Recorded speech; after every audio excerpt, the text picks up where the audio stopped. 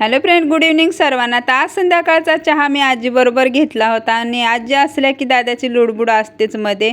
मग चहा घेतले आणि लगेच भांडे घासून घेतले. मग फ्रेश होऊन देवपूजा करून घेतली. आर्यनाशला आणायला गेले तेव्हा येताना पाणीपुरी घेऊन आले आणि आम्ही मस्त पाणीपुरी एन्जॉय केली. मग लगेच स्वयंपाकाला लागले आणि आज करायचं होतं मूग आणि वाल. मग लगेच तेल घालून त्यामध्ये तेजपत्ता, दालचिनी आणि जिरे घातले. जिरे छान तडतडले की कांदा घातले.